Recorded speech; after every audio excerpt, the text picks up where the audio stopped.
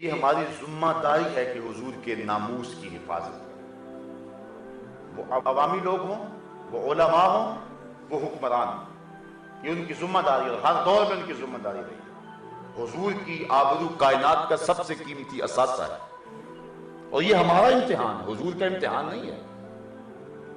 اللہ تعالیٰ جل شانہ نے بھی محبوب کے گستاخوں کو جو ہے وہ دو ٹوک سنائی۔ ابو جہل ابو لہب نے کہا تبًا لکا ہنالک سائر الیوم لہذا جمعتنا، تو فوراً تازیانہ ہے تبت یدا ابی لہب وتب، تیرے دونوں ٹوٹ جائیں، تجھے یہ جرأت کیسے ہوئی کہ میرے محبوب کے بارے میں ایسی نازیبہ بات کہے۔ اور ولید بن مغیرہ نے حضور کو مجنون کہہ دیا، اللہ نے کتنی گنوان، ہم مازم مشائم بنمیم مناع للخیر، کتنا کچھ سنا ہے۔ اور آخر میں فرمایا اتلم بعد ذالک زنیم، محبوب یہ ہے ہی حرام زادہ۔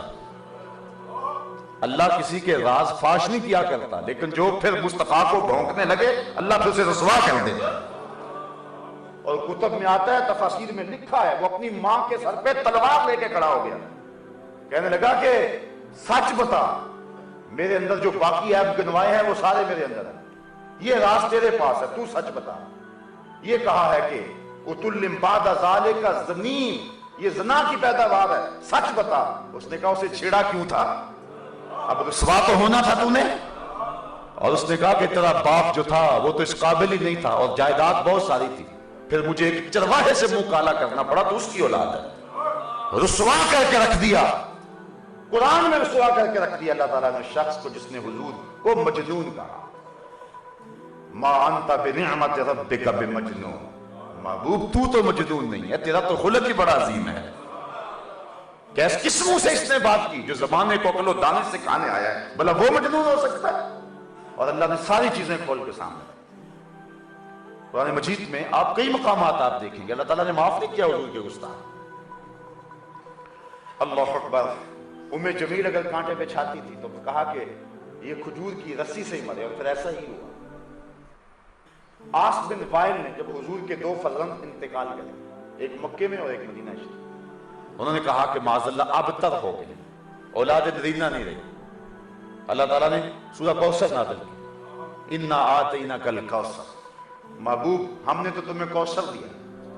کوثر کے کئی مفاہیم ہیں، امام غازی نے تقریباً اس کے 20 معنی لکھے ہیں، لیکن یہاں ایک معنی یہ بھی بیان کیا ہے کہ کوثر کا معنی اولاد کثیر ہے۔ اس نے کہا تھا کہ آپ کی اولاد نہیں، اللہ کہتا ہے محبوب جتنی اولاد تیری ہے کسی اور کی ہو ہی نہیں سکتی، ہم نے تمہیں کوثر دیا۔ اولاد اس لیے ہوتی ہے نا کہ باپ کا نام باقی رہے۔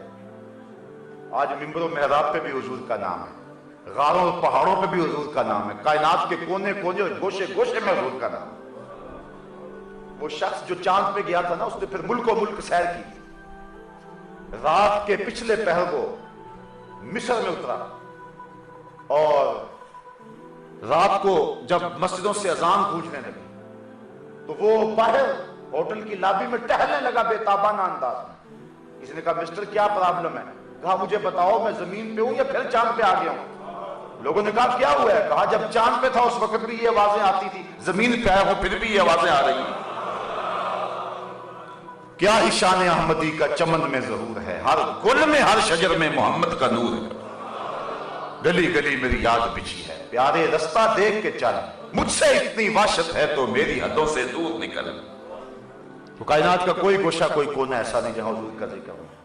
اللہ کہتا محبوب جتنی اولاد تیری ہے اتنی کسی کی بھی۔ اور یہ جو کہہ رہا ہے اِنَّ شَانِئَکَ هُوَ الْأَبْتَرُ، یہ تیرا دشمن جو ہے یہ بے اولاد ہو۔ اچھا یہاں ایک بڑی خوبصورت بات، اور وہ یہ اللہ کہے ابتر اور اس کے چاروں بیٹے زندہ رہیں۔ اللہ کہے محبوب جس نے تجھے ابتر کہا یہ ابتر ہے۔ ابتر ہوتا ہے جس کی اولاد نرینہ نہ ہو۔ اللہ کہتا ہے محبوب یہ ابتر ہے جو تیرا دشمن ہے، اِنَّ شَانِئَکَ هُوَ الْأَبْتَرُ، لیکن اس کے چاروں بیٹے زندہ رہے، مرے نہیں۔ اور اللہ کہے ابتر، میں اگر بد دعا دوں گا تو وہ بد دعا ہوگی، اور اللہ جو فرمائے گا وہ تقدیر کا فیصلہ ہوگا۔ اللہ کہے ابتر اور اس کے چاروں بیٹے زندہ رہیں۔ اصل بات یہ ہے کہ اولاد اس لیے ہوتی ہے کہ نفع، اور اس کے چاروں بیٹے تھے تو زندہ لیکن چاروں بیٹے کلمہ پڑھ کے محمد عربی کے غلام بن گئے۔ اس نے حضور کو ابتر کہا تھا، اللہ نے کہا محبوب دیکھ تیری شانیں، بیٹے اس کے ہیں گیت تیرے گائیں گے۔ یہ ابتر ہے، تو ابتر نہیں ہے، یہ ابتر ہے۔ تو اللہ نے اپنے محبوب کی ناموس کا دفاع کیا۔